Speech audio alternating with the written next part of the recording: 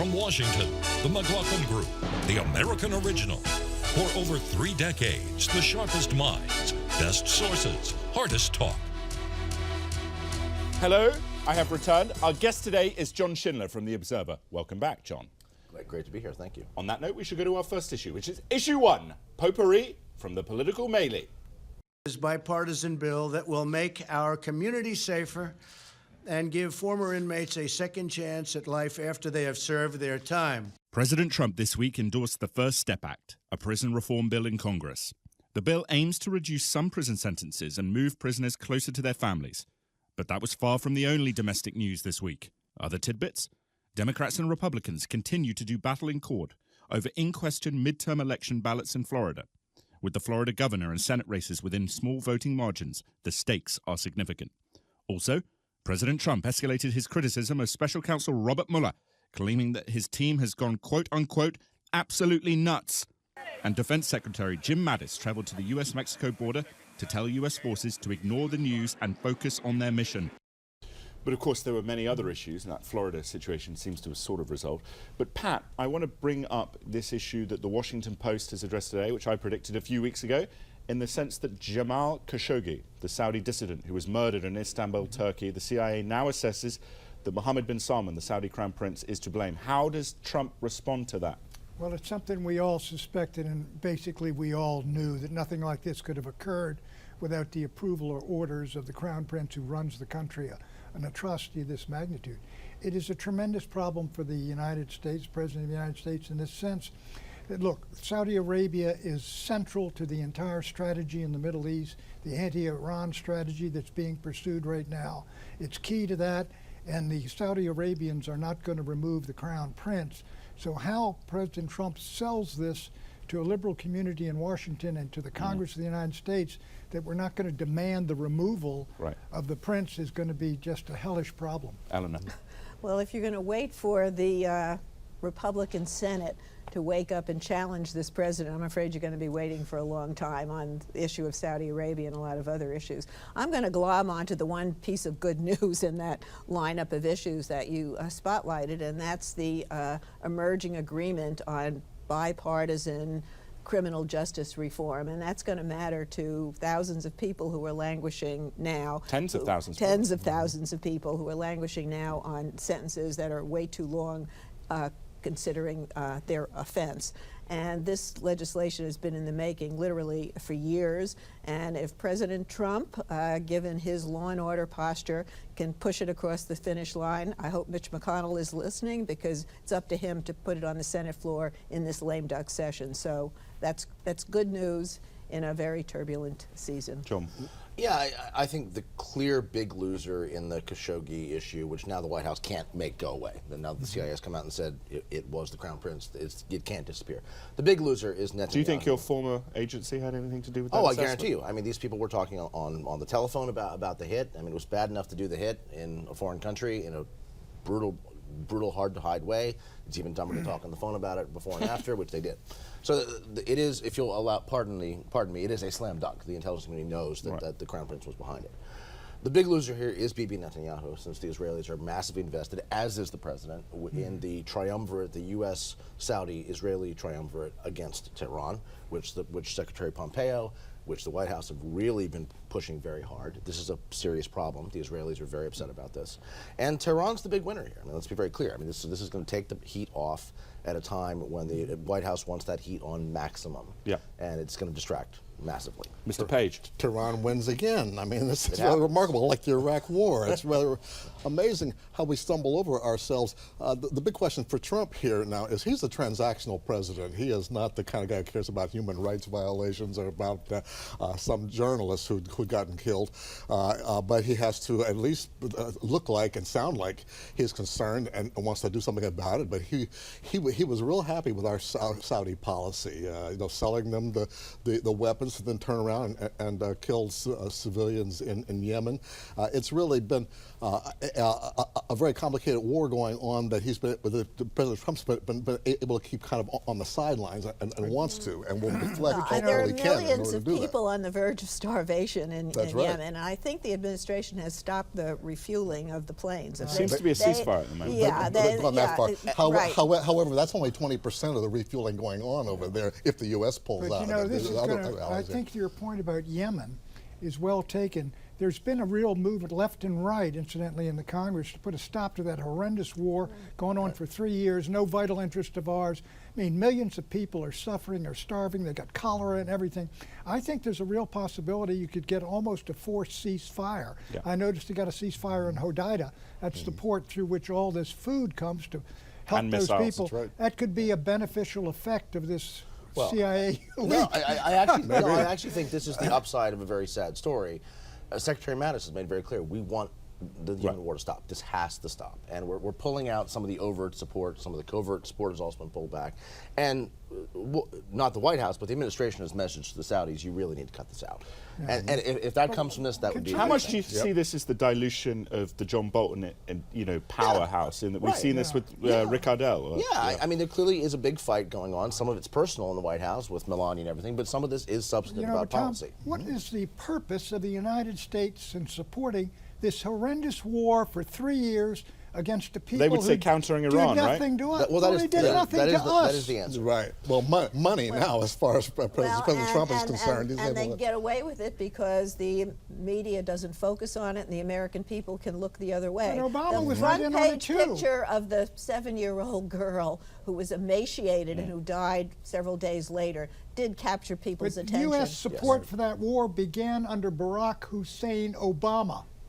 Oh, and so this is Obama's fault? What's Hussein, going the on? great one, his fault. the great one in Arabic. I believe it's Mr. Trump who has the power. Well, And, the larger point, sorry, if I can just say, the larger point here is we seem to have learned nothing from the Cold War, where sometimes supporting very bad regimes against the communists was not really a wise long-term solution. And telling the Saudis they can do anything they want This is to combat the Iran forever is war not we've a been talking long-term about, solution. Tom. It's This just is not. a forever war where Afghanistan and Syria and Iraq and Yemen and Libya. I saw this You should week, write a book about that. almost $6 trillion spent. That's right. I mean, thousands of Americans dead, Yeah. hundreds of thousands of Arabs. Yeah. What good has it done our country? But it seems that we are moving in that direction, right? That we're moving to the ceasefire. Well, before we get apocalyptic about it, let's just focus on Yemen, and let's see if the Senate does finally push All back right, Clarence, on that. let me ask you a question. How do you see this sort of showdown between Congresswoman-elect Ocasio-Cortez and the presumptive Speaker of the House, Nancy Pelosi? Yeah, I think we have good reason to call her the presumptive Speaker of the House because she's got really all the cards in her corner. First of all, one thing that gets spoken of too little is we're talking about, what 30 new members of Congress who owe the fact that they are members of Congress partly to Nancy Pelosi and the strategy she helped to map out for this Democratic takeover. So now your reward is we're going to try to remove you from the speakership. I frankly don't get it. It's not ideological. Nancy's a progressive. Exactly. It's not personal. Everybody likes her. I mean, she's one of the rare people who is both feared and liked. She raises money. And they haven't come up with anybody against her. But this is just kind of like. She's got to be the next speaker. But this is generational. You got the three leaders up there. You got Jim Clyburn. You got Nancy Pelosi and Steny Hoyer. All of them are as old or older than Ronald Reagan when he left office as the oldest president in the history of the United States, You're running right, a bright new party on the Hill. Well, she's that. not the face of the future. She knows that. She has called herself a transitional figure. to let go, And Eleanor. all the new, there's a she is. 2-year period. She is the person to steer the Congress through this very difficult time when the fever for impeachment, when Pat wants impeachment to proceed because he knows that's a trap. Well, this issue for Democrats is a lot like Republican candidates going around saying we're going to repeal and replace Obamacare. Right. Once they got into office, look what happened. Obamacare is still there. And why is this happening? Because there is indeed, Pat, you're right, there is this generation gap, and I agree with them. I would support Joe Biden for president right now, except that Joe's older than I am. I don't think like anybody older than I am right You now. look wonderful. It's a kind of, thank You you. look Thank you very wonderful. much. It's all TV and makeup. I'm gonna tell you. But the fact is, though, they are younger ones. She's bringing along a lot of new people. Right. Yeah, but let us not forget, and older Democrats remember the McGovern period when the party was, you had a hard time calling it an organized political party. And they sunk their own chances for years. Now, ever since Bill Clinton in '92, Democrats have learned that you've got to stick together. And Republicans have been better at that. But Democrats have got a very good reason for doing it now. All right, let's bring in John. Yeah, I just want to say I think Nancy Pelosi should have stepped down years ago, but now is not the time for this fight. Democrats are getting gavels. They're going into high gear against Trump. The only person who benefits from a too ugly fight over this right now is the White House. And we'll get into Mueller and the tell second you- issue, but let me ask you a follow-up question here, John. Yeah. What do you see in terms of, we've seen this potential on criminal justice reform compromise. Any other area, infrastructure you think we'll see? Yeah, I think Trump has made very clear he is welcome to working with Democrats on all kinds of things like infrastructure, like criminal justice reform, which if he actually can follow through not here's being gonna Trump's be the- specialty, but if he can, could be very important to show that he is willing to reach across the aisle here's the problem. against his own party. Here's the problem. Many Republicans, and they control the Senate, are not going to work with Nancy Pelosi. Right. They can't get together. And Pelosi is going to have a number of failures. And all these people, the young people in her caucus and the minorities and the others are going to say, we came here to do something. And if she can't deliver, she's going to have a hellish problem. That's not true, that Republicans in the Senate are not going to work with Pelosi. She is going to go down in history as the best legislative leader in the House other than Sam Rayburn, and maybe she'll exceed Rayburn. People work with her. She's a legislative mechanic. We would not have the Affordable Care Act today if it had not been You for had Nancy both houses Pelosi. then, Eleanor. Trump respects her. She can fight. She can debate with Trump. She can handle it. How does she get something through the Senate? Well, right now, Pat, No we got to do Democrats can strengthening. get something through the Senate. Well, if you can't get it through, how do you get infrastructure? All those bridges and roads and all the rest of it. On the flip side, this midterm election has strengthened the moderates now. They've got an opportunity because now Democrats and Republicans, they want to get both in both parties. Gone. In both parties. In both parties. Let Clarence finish. Pat, I'm talking about the existing moderates as far as between the two extremes on the right and the left. Yeah. Well, tell in the it House to and the Flake. Senate. Tell it And to that's- Senators Flake and Corker. Hey, let's let Clarence finish. Let's talk about this after the new Congress comes in. You're going to see they've got leverage now. They didn't have it before. Something like infrastructure, which both sides have been trying to pass for years, haven't been able to do it because either the right or the left didn't You're like telling it. me Now that the moderates. both Republican houses could not pass infrastructure, and the Democratic Republican House will? That's because there was all the power was on the extremes. It's not on the extremes. You're probably not going to get infrastructure legislation because the Republicans won't go along and they don't want to spend money. But that's not a reason to say Nancy Pelosi can't be Speaker because she can't control the Senate. And besides, Mitt Romney is riding to the rescue. All right, concluding comment, John. Concluding comment. On him. Yeah. I think this is a lot of noise before the storm, and the storm is Mueller. And we're going to get and onto that in a the storm is second. coming. Concluding comment, she's going to be a speaker and a failed speaker. All right, but Trump likes her. All right, when we come back, Brexit, Mueller, and some other stuff. Also, stay with us during the break as we hear from some experts about how to improve our nation's schools. It's the focus of a new report called Promise to Practice from the Collaborative for Student Success.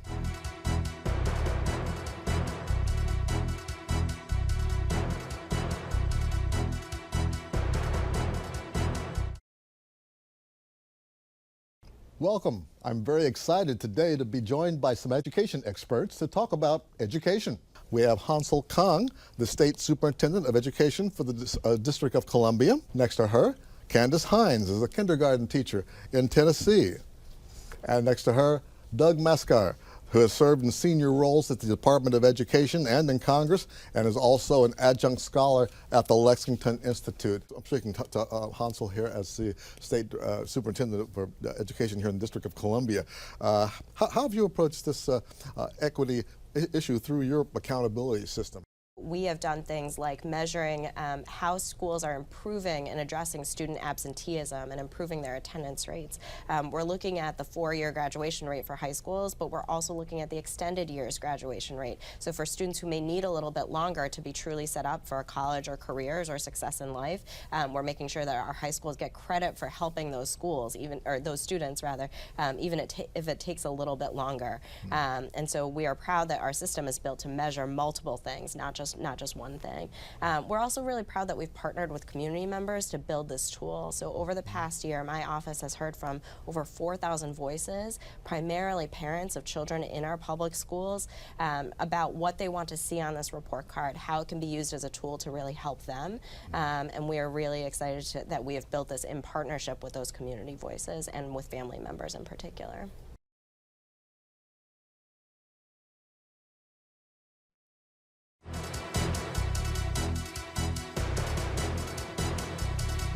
Issue 2, Brexit shambles. And I firmly believe, with my head and my heart, that this is a decision which is in the best interests of our entire United Kingdom. British Prime Minister Theresa May this week unveiled her draft Brexit agreement with the European Union. The deal, which requires British parliamentary assent, will govern the terms of Britain's withdrawal from the European Union in March 2019. But while European governments offered careful praise of May's negotiating skill, it was a very different story back in London. There, numerous members of Parliament from the Labour Party opposition and from May's own Conservative Party derided her plan. With varying reasons for their disappointment, these officials say that May's agreement is unworthy of parliamentary support. It's no good him pointing his finger at me. May is now fighting for the survival of her premiership. Eleanor, how does this play out for Britain? Well, she's facing the equivalent of a Tea Party revolt or Freedom Caucus revolt. The hardline Brexiteers within her own party don't like this. And she's basically saying there are 3 ways forward. You take her deal, which is the best possible deal that you can get.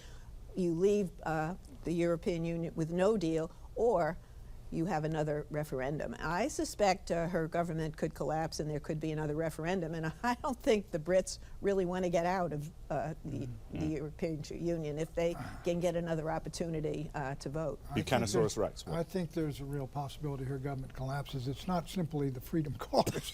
It's a very big crowd inside the Conservative Party. You've got the Labour Party that's against it. I think even the Liberal Democrats. Her negotiator of the deal has resigned from her government. The deal, the Brits are seeing the deal. I mean, where Northern Ireland and Ireland have a better deal, a better long-term relationship they do with England, a possibility this could break the country apart. I think the thing goes down, and I think Britain crashes out of the EU. Hard Brexit. A hard Brexit. That's coming out in deal. January to March. Look, I think Theresa May has horribly mishandled this. There's no getting around it. She's facing a revolt. But the 3 words that mitigate that she may get through this are Prime Minister Corbyn. And that's the reality. There's not a lot of alternative on the Tory side. And does anyone really want a Labour Party in power after new elections run by Jeremy Corbyn? Absolutely not. Mr. KGB, all right, what do you think? I'm not going to predict their elections because they surprise us just like we surprise them. Good assessment. But no question, there's a lot of buyer's remorse out there about Brexit and how they decide now it really is a reflection of what happens when you take an action and then afterwards debate whether or not it was a reasonable thing to do. So I suspect they may very well crash out of the EU being unable to have any alternative. And they might crash back in. That would be a terrible self-inflicted wound if they did that. Look, they voted for Brexit under false pretenses. It was sold as you would no longer have to give money to the European Union, you wouldn't have to deal with any of these refugees, or the public health system would be vastly improved. You know, none of that has come to pass.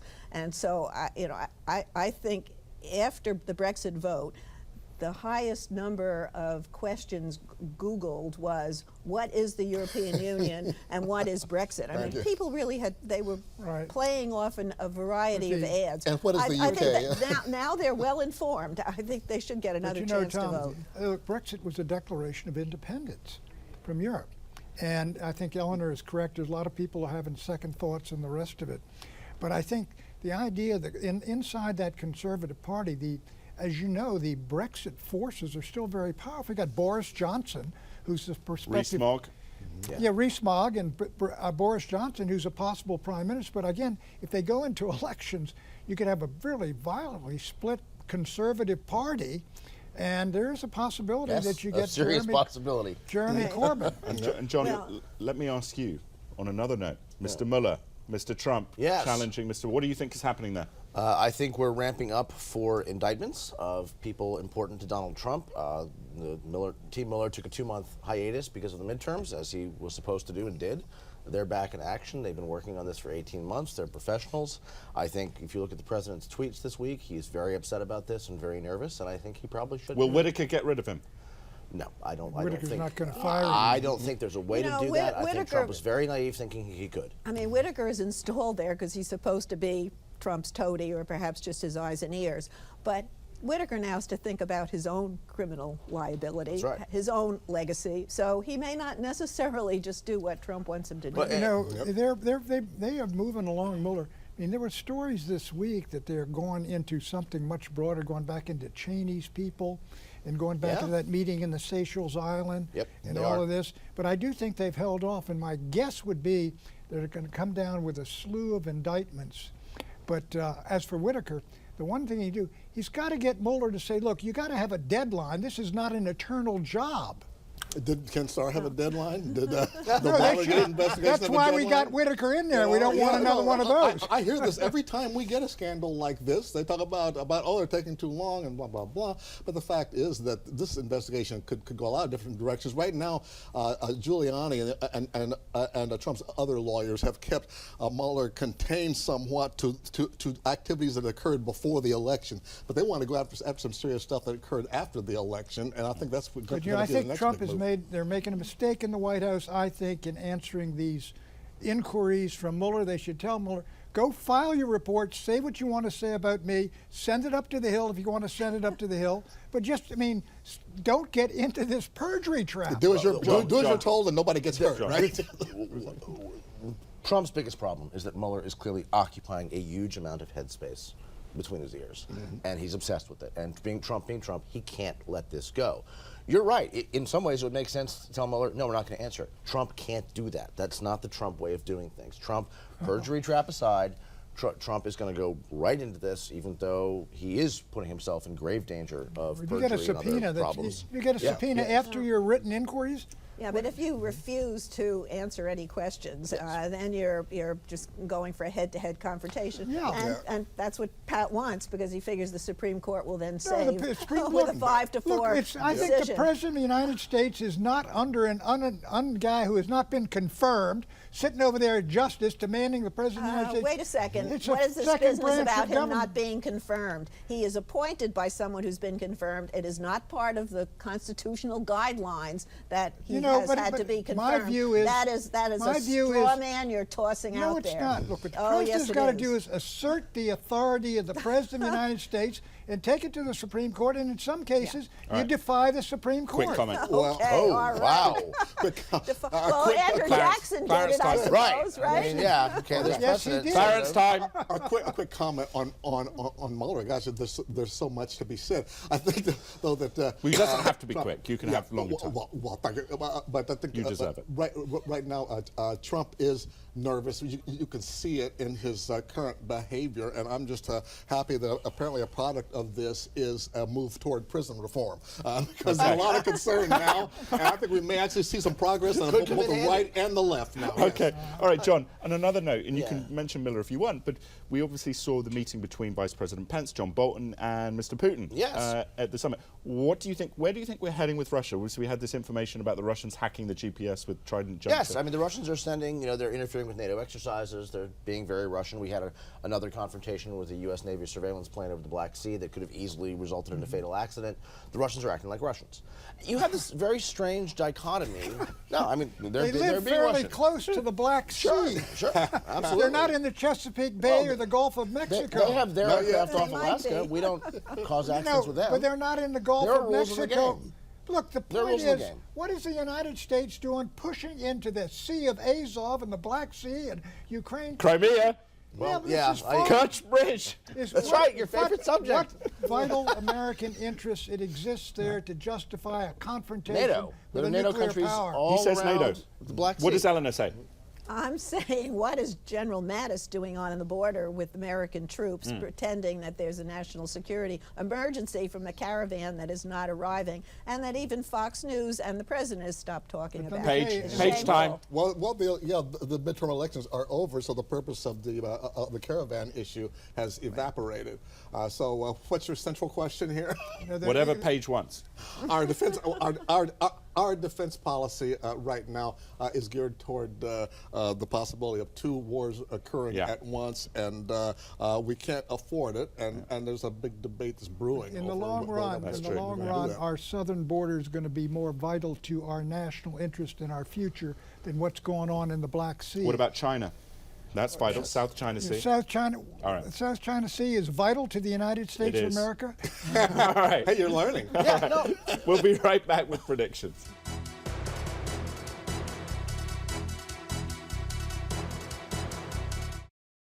The McLaughlin Group is brought to you in part by Eric.org. Is your company trying to provide health and retirement benefits to workers across the country? The ERISA Industry Committee beats back taxes, mandates, and compliance burdens that make it harder for companies to provide employee benefits. Learn how Eric supports large employers at Eric.org.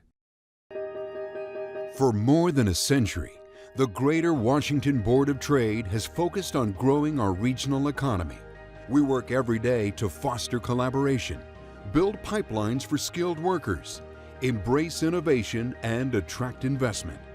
We must think, plan, and act as a region to better leverage our shared assets so we can continue shaping and advancing a vibrant regional economy for the next 100 years.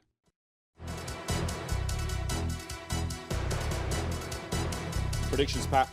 Eleanor's right. Nancy Pelosi will get the speakership, and the 3 septuagenarians moving on to octogenarians in that Democratic leadership will be the top 3 in the Democratic Party. And let me tell you, there's going to be an uprising inside the Democratic Party because of the frustration the Republican Senate will give it in this year. Okay, Eleanor.